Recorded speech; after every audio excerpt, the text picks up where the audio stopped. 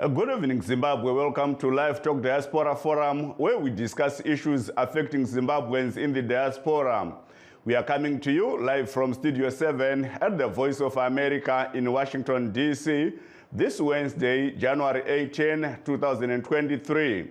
I'm your host, Jonga Kandemiri.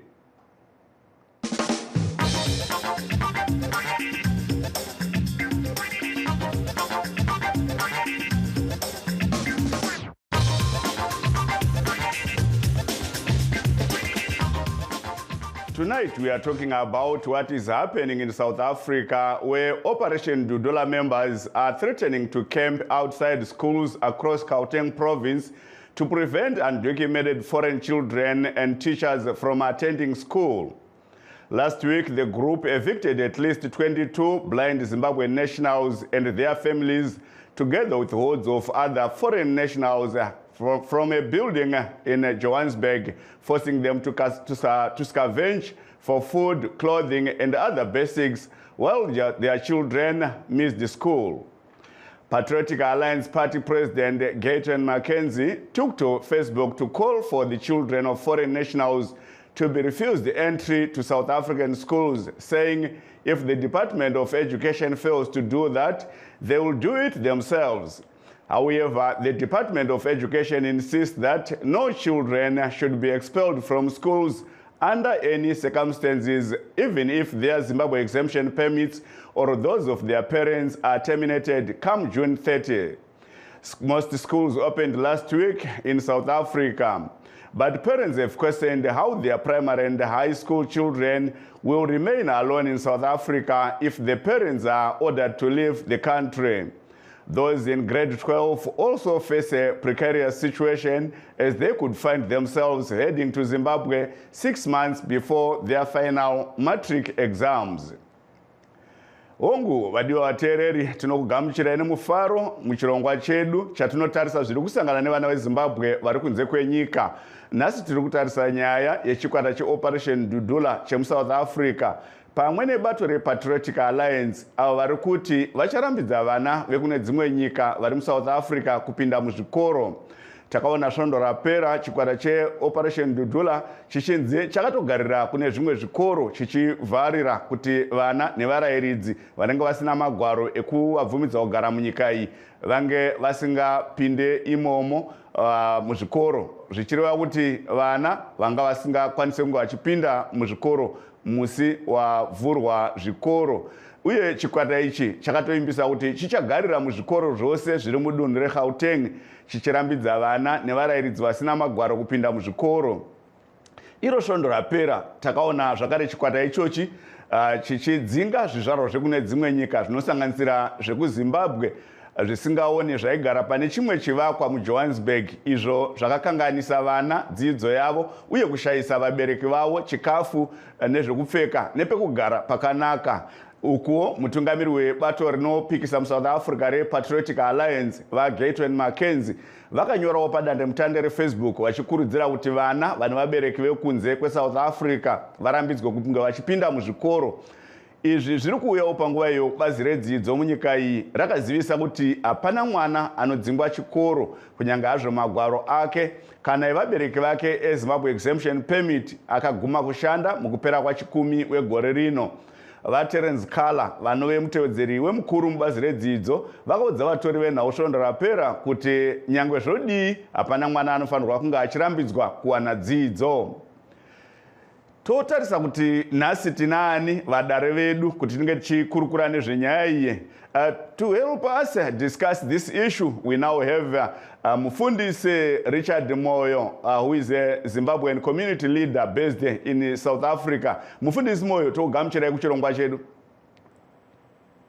Aiwa, ndinotenda kuva neni muzuva ranhasi. Baba vakandimiri ndinokukwazisai nebasa guru nechirongwa nevateri veStudio 7 chigore dzvara 2023. Happy New Year vana veZimbabwe vamuri mose, the whole world. Tinotenda zvikuru Mufundisi Moyo. Mufundisi Moyo, mungatidza kuti zvinhu zvakamira sei muSouth Africa kunyaya dzechikoro, nokuti tinoona kuti svondo rapera chikwata cheoperation dudula chakazivisa kuti chiri kutora matanho ekurambidza vana pamwe nevarayiridzi vasiri zvizvarwa zvemusouth africa kunge vachipinda muzvikoro. Chakavimbisa kuti chichange chichivhara zvikoro kana kugarira pamikova yezvikoro mudunhu rese reGauteng, chichiona kuti vana nevarayiridzi vasiri vemunyika iyi vasina magwaro anovabvumidza kugara munyika iyi havapindi muzvikoro izvo kana muzvivakwa. Zvakamira sei? Regai nditaure sezvo tiri muno muGauteng kuPretoria. Nauye bato resangano reoperation dudula nepati rekuti front inotungamirwa nababa Mackenzie. Operation dudula mungori musangano rokungoita noise ruzha nori poga poga vanhu vanogara vachivhiringa vana veZimbabwe, vachivhiringa vanhu vose. Vanhu ava havana kunyanya zvakuwanda, vanhu vashoma, asi vanoita madiro, vanokwira vachidzika. Chiri chinhu chakaipa zvikuru kana vanhu vachidzidza tikatarisa zvikoro zvizhinji zvevana veZimbabwe nevamwe maforeigners vanoisa vana vavo maprivate vanonga vaitobhadhara mari.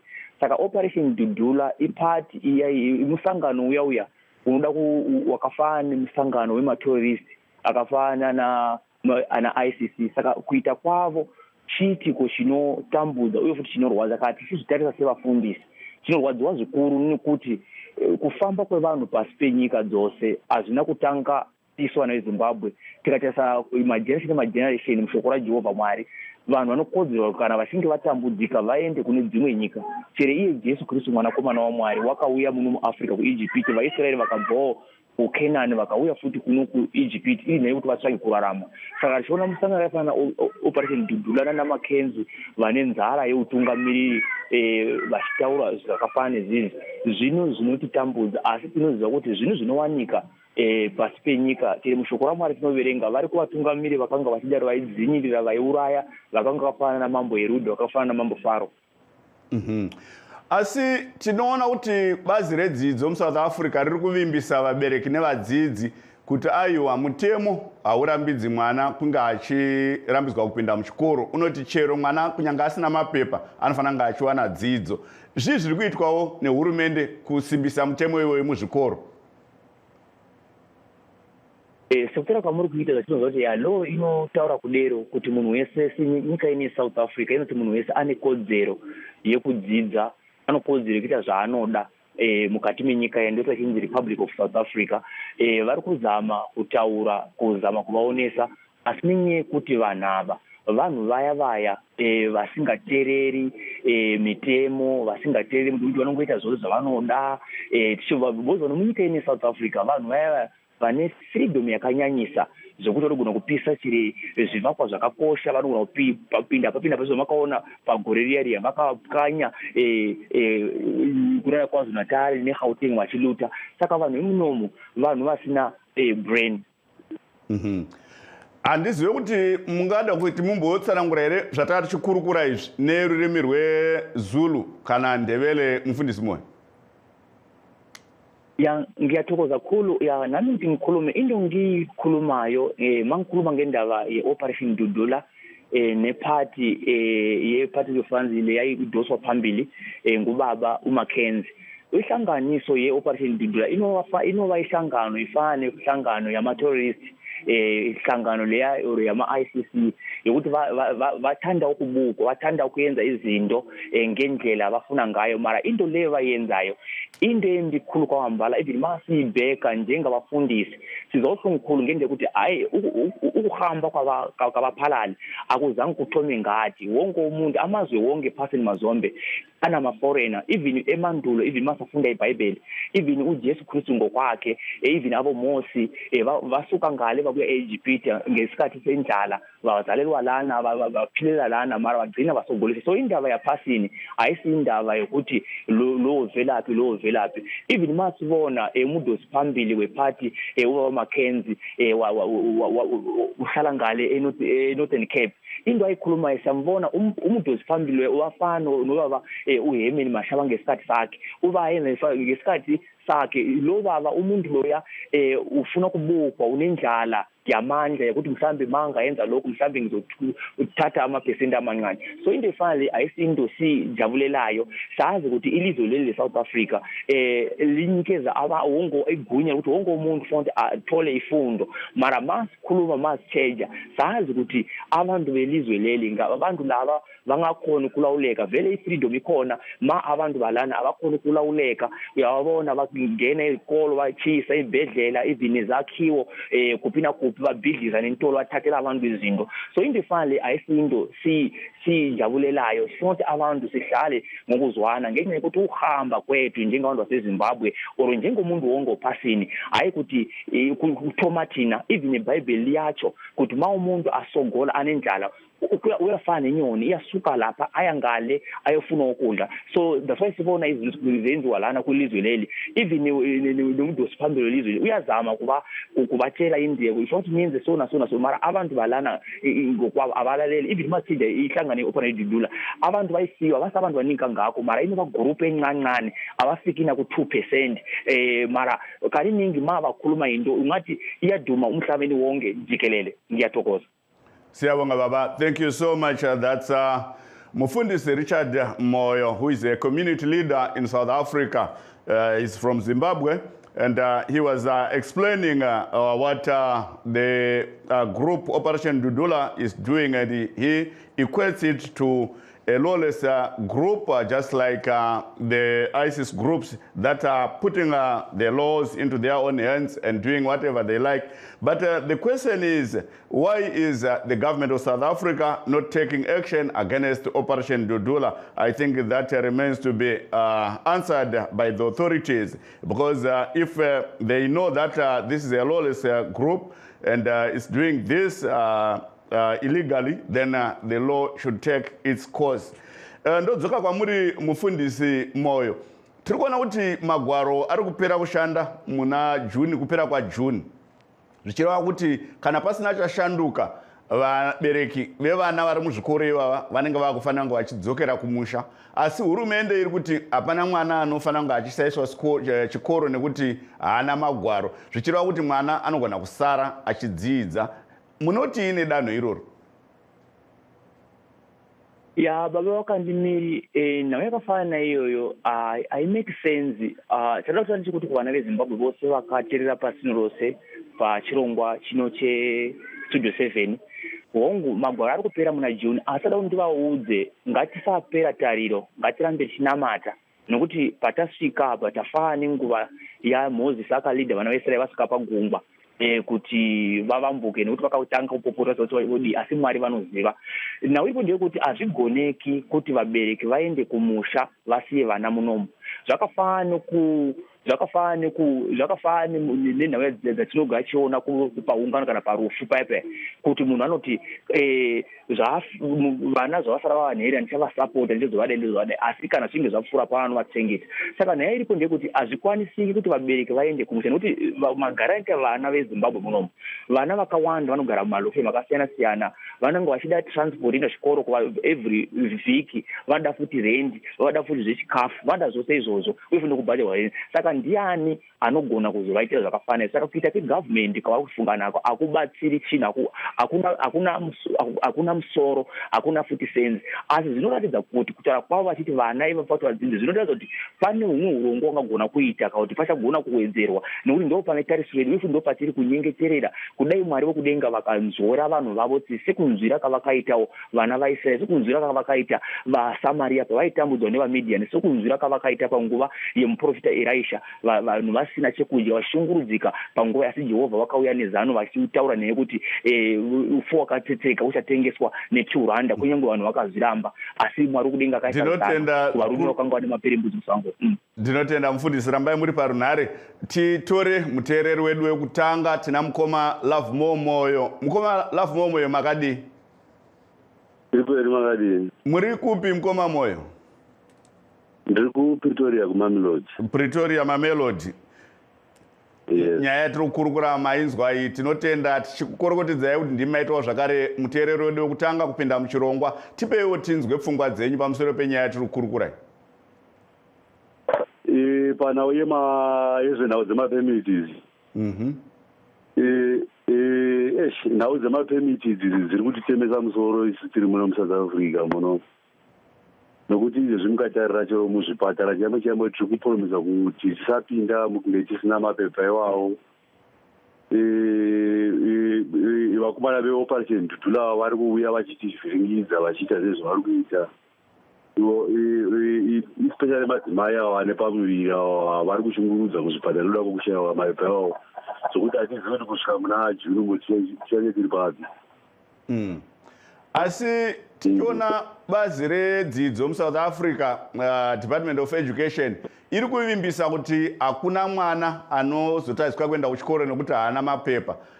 Zvichireva kuti kana vabereki mapepa enyu akapera kushanda, munogona kusiya vana vachienda havo kuchikoro kusvika vapedza. Munotiwo nedanho iroro? Ndinoona kunge zvisingafambirani nokuti isusu kunge tisingachagoni kusenza muSouth Africa. Zvinoreva kuti vana vedu havangagoni kusara muno vachienda kuchikoro isu tisiri muno. Zvinoreva kuti nhau dzavo dzavari kutaura dzisi kufambirana, nokuti vana havangasari isu tisingatibure nokuti hatisina mapepa. Zvoreva kuti kudzinga isu kudzinga naivo vana vechikoro. Uyakuluma baba, munotaura here, munokuluma futi here?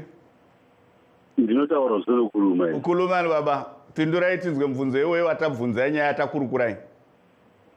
Okay, niti isho kuti mavangatsocha tina abazali la eSouth Africa.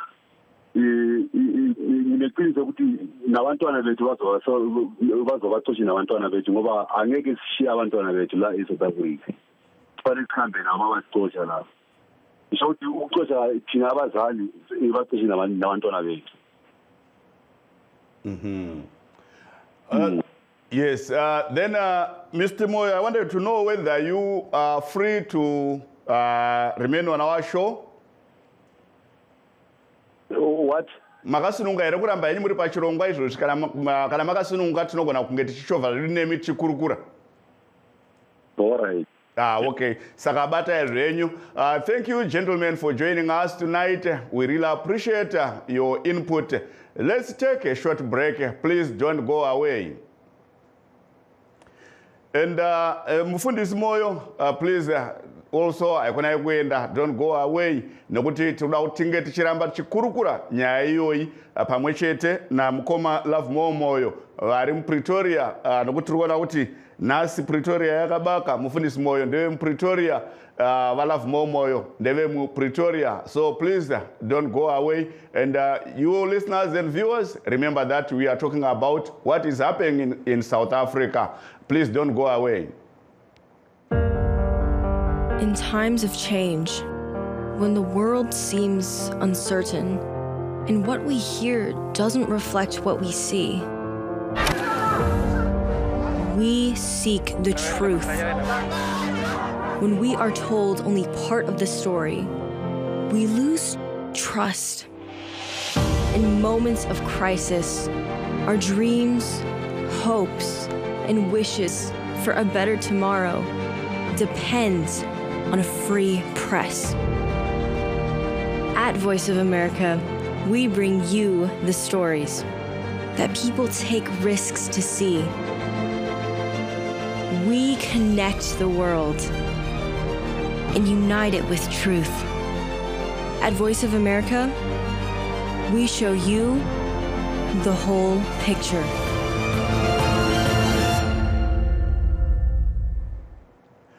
For those just joining us, this is Livetalk Diaspora Forum coming to you live from Studio 7 at the Voice of America in Washington. Today, we are talking about threats by Operation Dudula and Patriotic Alliance Party of South Africa to stop children of foreign nationals from attending classes. We are streaming live on our Facebook pages, VOA Shona, VOA Studio 7, and VOA Ndebele. We are also live on YouTube, VOA Zimbabwe. And now it's time to go back to our guests. We have Mfundisi Richard Moyo, who is a community leader, and also a caller, Mr. Lovemore Moyo. Oh, now I have just realized that it's a Moyo affair, Mr. Lovemore Moyo and Mfundisi Moyo. Atotanga nekudzokera kuna Mfundisi Moyo. Mfundisi Moyo. Mfundisi Moyo. Baba makadi. Yes. Baba murise nanda kuto. Nani tinakirwa ne voice yenyu. Daiwa tinotenda. Takanzwa hurumende yeZimbabwe kuburikidza nemuzinda weZimbabwe kuSouth Africa vachivimbisa kuti vakagadzirira kuti vange vachibatsira vana veZimbabwe vanoda kudzokera kumusha, uye muzinda wanga uchitanga kuita urongwa hwekuti vaparure chirongwa chekuona kuti ndevanani vangada rubatsiro, vanoda rubatsiro vanenge vachida rubatsiro rwemutoo upi. Zvizvi zvamungataura pamusoro pazvo? Regai nditaure ndichiti sometimes our government vanofunga sevana. Kutaura kwavo akubatsiri chino, havana chinhu chavangabatsira vana veZimbabwe chakudaro. Nokuti katarisa kumusha kwacho kune vanotoda rubatsiro vakawandisa vari muZimbabwe yose, vanoda rubatsiro, vanoda help. Kungotaura uku kwakafanana nemunhu izvo zvandamboriva zviya zvakafanana kuti munhu anoti kana afirwa anosimuka pachacho ndichachengeta vana vose ndozovabatsira zvachikoro zvizvi kuda kuti abude pamaTV nokuonekwa. Asi panopera 2 days 3 days zvapera. Nyika yeZimbabwe haigoni kubatsira vanhu pachayo nokuti haina kana maresources, haina kana chinhu. Rangarai panguva dzemaCovid-19 vana veZimbabwe vaitambura kuti dzimwe dziri nyika dzekunze vachitadza kuvabatsira, vozobatsira vari ivo South Africa, maZimbabweans ose ari muSouth Africa achitobatsira iyo government yedu inongotaura inyika isingazarikwa murumu rwezvi. Uri kana vachidaro kuti vanhu vese tinovagamuchira tivapa zvokuti nechekuti chii chavanopa vana veZimbabwe. Vana veZimbabwe vanodza kuti musavimba nengano dzechemberi dzakadai, nokuti kana makavimba nadzo mukafara kunyika kwedu yeZimbabwe hakuna chimuko for now, matambudziko oga. Saka government yedu kutaura kwavo kukuda kuvharai kumeso, nokuti nyika pachayo yadonha, hamuna chirimo, vari munyika vanosafa, macivil servants haana mari anenge achitambudzika. So what about vari kunze vanozovabatsira here?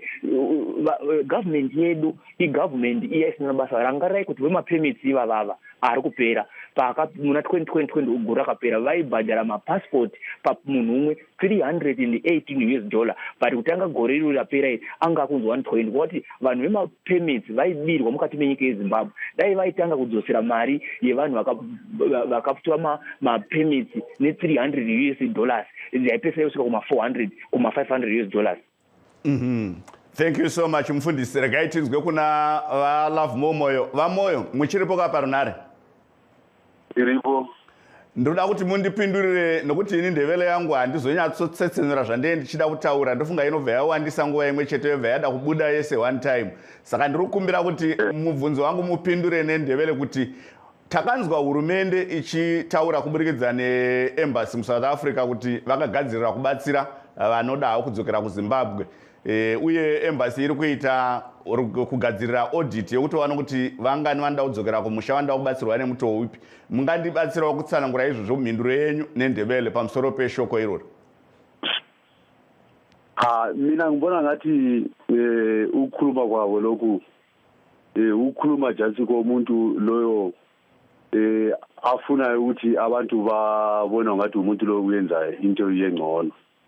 Mara mangibhekile ngibona ngathi angithi lokho kwakukhulunywa ngomfundisi lokho athi yena ibantu labo bafuna ukuboniwa ngamanye amazwe bakhuluma ukuthi bona bayakhona ukwenza into lile engcono. Mina ngibona ngathi ayikho into le bangayikhona ukuyenza, ngoba khona manje ngasuka ekhaya mina ngo-November last year. Ngishiye abantu basokola ngale bafuna isizwe enenge ende bakhala ukuthi kunamadona amanye saye aza afuna ukuthi ayenze njani abasize abanikela ukudla. Yona igovernment iyala ithi yona iyakhona ukunikela abantu ukudla, iyakhona ukwenzela abantu into yengcono, mara ukusalayo ayikho into leyo sayibona banikela abantu izinto.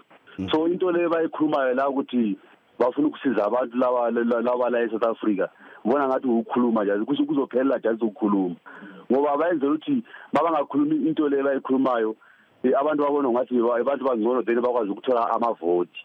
So mina angiboni ukuthi into le bangayikhona ukuyenza. Thank you so much, Mr. Moyo. Please do stay on the line.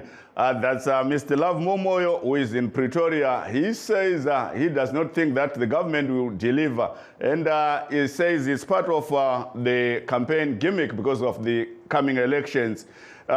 Professor, I'm saying Professor because we are trying to reach out to Professor Mukonza, but we are failing to get through to him. So that's why I'm saying Professor. But let me go back to Mufundisi Moyo. Mufundisi Moyo, tinoona zvakare kuti kuvana veZimbabwe vagara vari muSouth Africa vazhinji vanga vasati vagadzirira kudzokera kumusha. Tichitaura kugadzirira kwekuti vanhu vanenge vavaka pekuti vakanzidzokerai kumusha nhasi vanowana pekunosvikira vachipinda nemhuri. Zvichiriwo kuti idambudziko rimwe rinoda kunge richigadziriswa. Ndo zvinhu zvinganzi here vanhu vangatarisira kuti vangabatsirwa nazvo nehurumende pekugara, pekusvikira nezvimwe zvakadaro? Ya baba wakandimire mashoko amataura mashoko makuru akakosha zvikuru tinotenda Mwari nemashoko iwawo amutaura. Zveshuwa pane basa guru kuvana veZimbabwe vakawanda. Ndaishuvira dai Mwari airopafadza kuti paiwanikwa zvinhu zvirongwa zvakafana zviri mberi kana zvemupama zvemugovera zviya. Vana veZimbabwe vakawanda vazhinji vavo havana pekutangira, havana musha, vakawanda vakauya kuno kukare, vamwe vakavarairwa. Tiri vafundisi tinoona zvakawanda vana veZimbabwe vachidzoka, vamwe vashaya vachindovigirwa mumatende, vanongokomberedza, vanopesa chituko vari vafundisi kuti hamuna zvinodzidzisa. Saka gavhmendi yedu haingazogoni kusvika ichivakira vana ivavo dzimba kana kuvabatsira kuya kushimani-mani vakakundikana vaikundikana. Saka gavhmendi haingazvikwanisi izvozvo.